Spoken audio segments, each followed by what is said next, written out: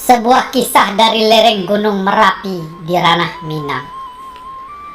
Zaman dahulu kita mengenal sosok Malin dari Tanah Minang, yaitu Malin Kundang. Sosok orang muda yang sukses di perantauan dan pulang ke Ranah Minang dengan hati yang sombong, sehingga durhaka sama orang tuanya yang miskin. Dan di ujung cerita, Malin Kundang berakhir menjadi batu. Namun kini hadir Malin yang lain, namun yang ini tidak durhaka, yaitu Malin Kandung.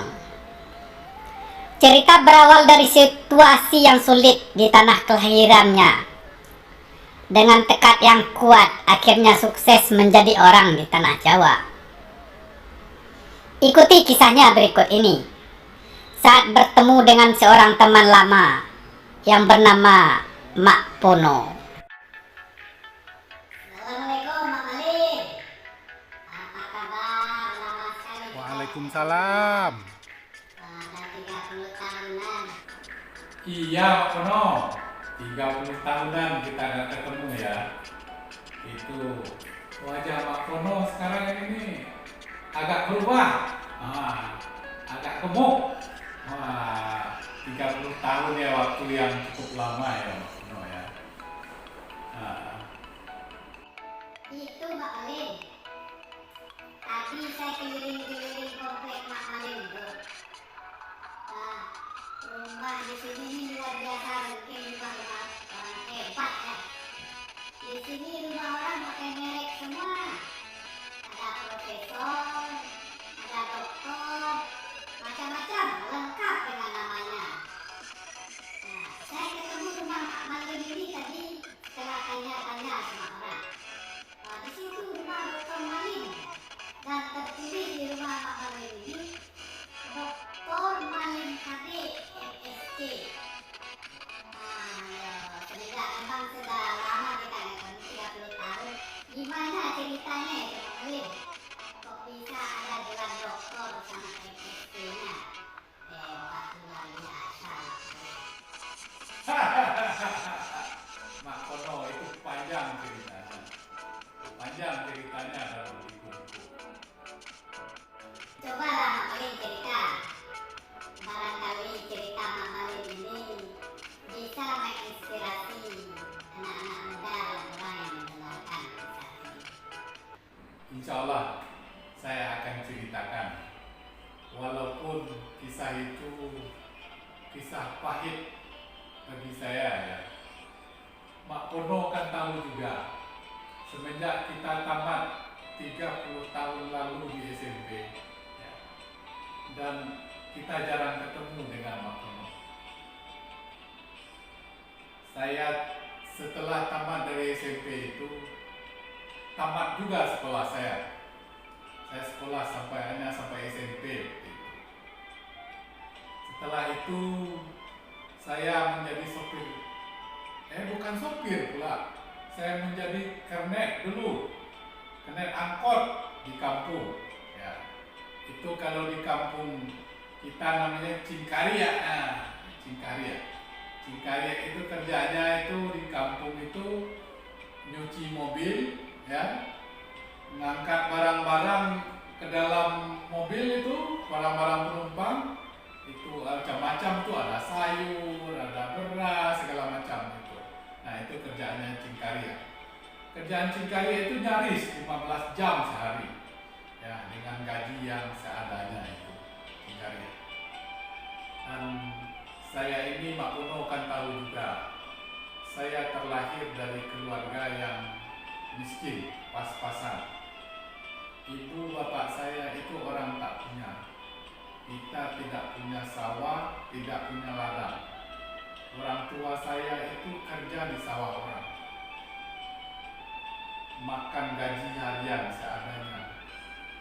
Itu pas cerita kami itu dengan nyanyi Lubuk Derita itu. Pagi makan, sore pun tiada, baju satu kering di badan. Namun semangat dan tekad kami untuk merubah nasib itu alhamdulillah tidak pernah padam. setelah 3 tahun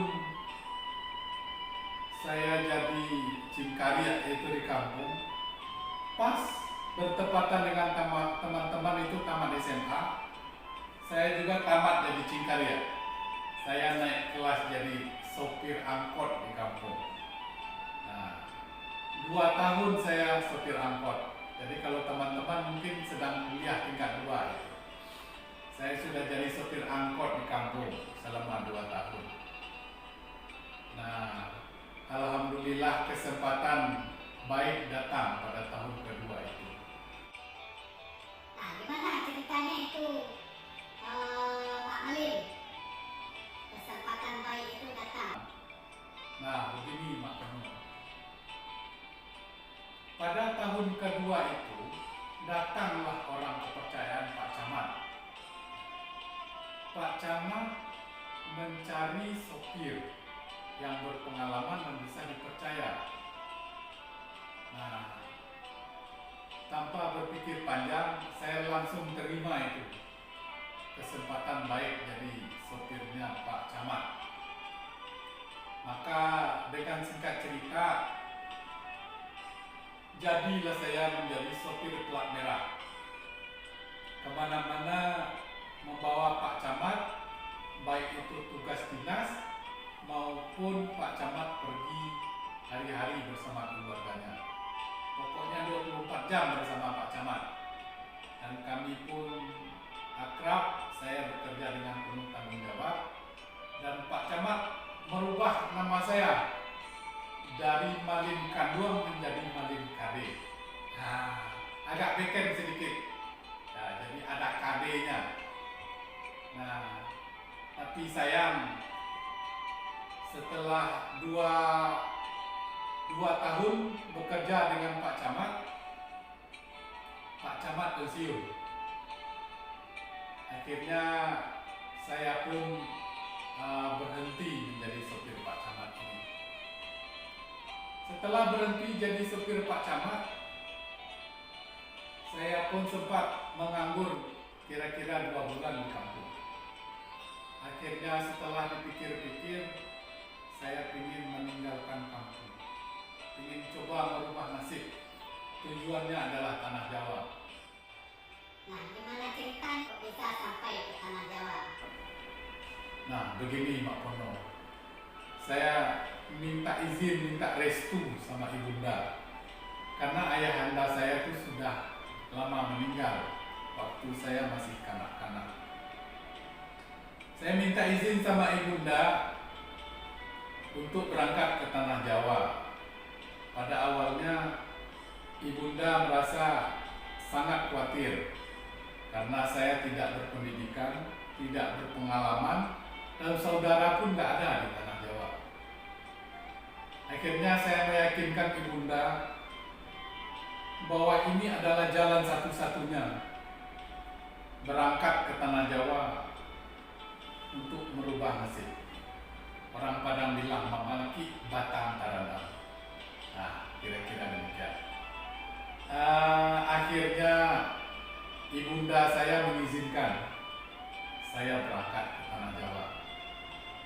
Namun persiapan pun minim. Nah, alhamdulillah dengan pertolongan satu orang sahabat saya yang bernama Mak Semo. Nah, gimana ceritanya tuh Pak Malin? Seru juga tuh dengan Pak Semo. Nah, gini, Mak Semo ini sudah beberapa tahun ini menjadi sopir truk antar provinsi. Jakarta, Padang, dia udah biasa. Nah, kebetulan saya ketemu, saya sampaikan keinginan untuk menumpang bersama beliau ke Tanah Jawa bersama truknya.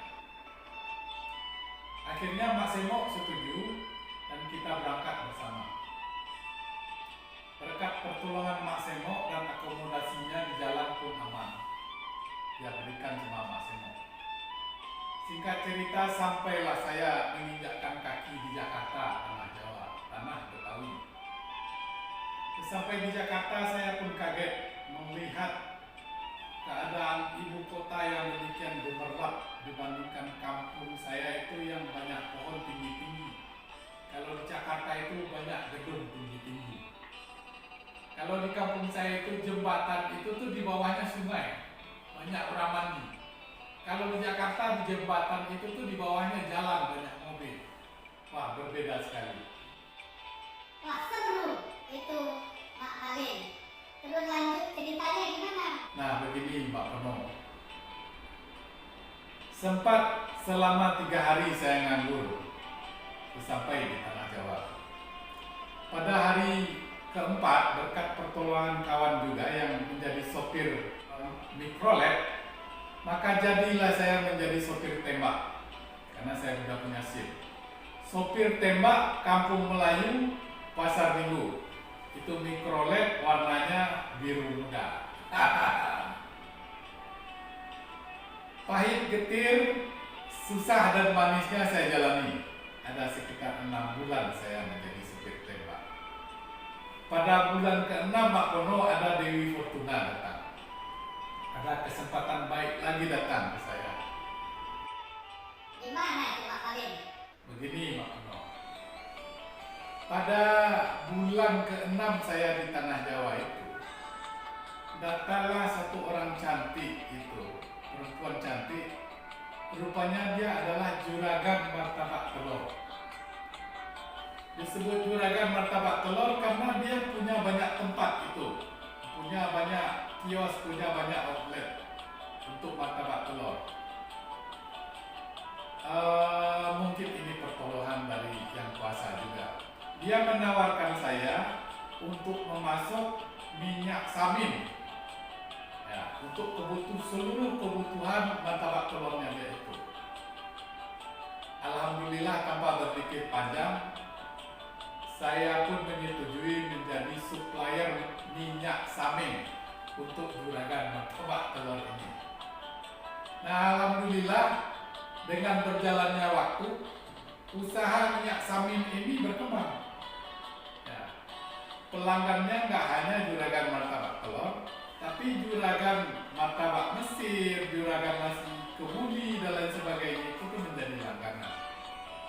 Dalam waktu sekitar 2 tahun, saya pun mempunyai toko dan cabang-cabang untuk minyak samin ini. Jadi orang memanggil saya juragan minyak samin, Mak Malin juragan minyak samin. Nah, ini hubungan baik dengan juragan martabak telur itu. Akhirnya karena sering ketemu, kita saling suka. Akhirnya kawinlah juragan martabak telur sama juragan minyak samin. Dan kita dikaruniai 3 orang anak. Alhamdulillah sampai saat ini sudah tumbuh menjadi besar. Begitu ceritanya Pak Pono. Lah, terus gimana hubungannya itu cerita Dokter Malin KB itu dengan cerita Mak Malin sekarang ini? Nah, begini Pak Pono. Setelah kami menikah, ya, kehidupan itu semakin baik, ekonomi semakin maju. Maka Tuhan Yang Kuasa mengizinkan kami untuk membeli rumah sekitar Depok sini. Kebetulan itu di dalam satu komplek banyak itu rumah dosen dan orang-orang hebat. Tinggallah kami di sana. Di sini Mbak Pono kan bisa lihat bahwa di sini ini nih orang-orang hebat yang tinggal. Rumahnya itu bermerek semua, ada nama, ada gelar. Ya. Nah, ada gelarnya profesor, doktor, insinyur, dan lain sebagainya. Nah, saya bilang Mbak Malin ini hanya tamat SMP, nggak punya gelar. Nah, adakah gelar? Adalah gelar dari kampung itu, gelar sultan.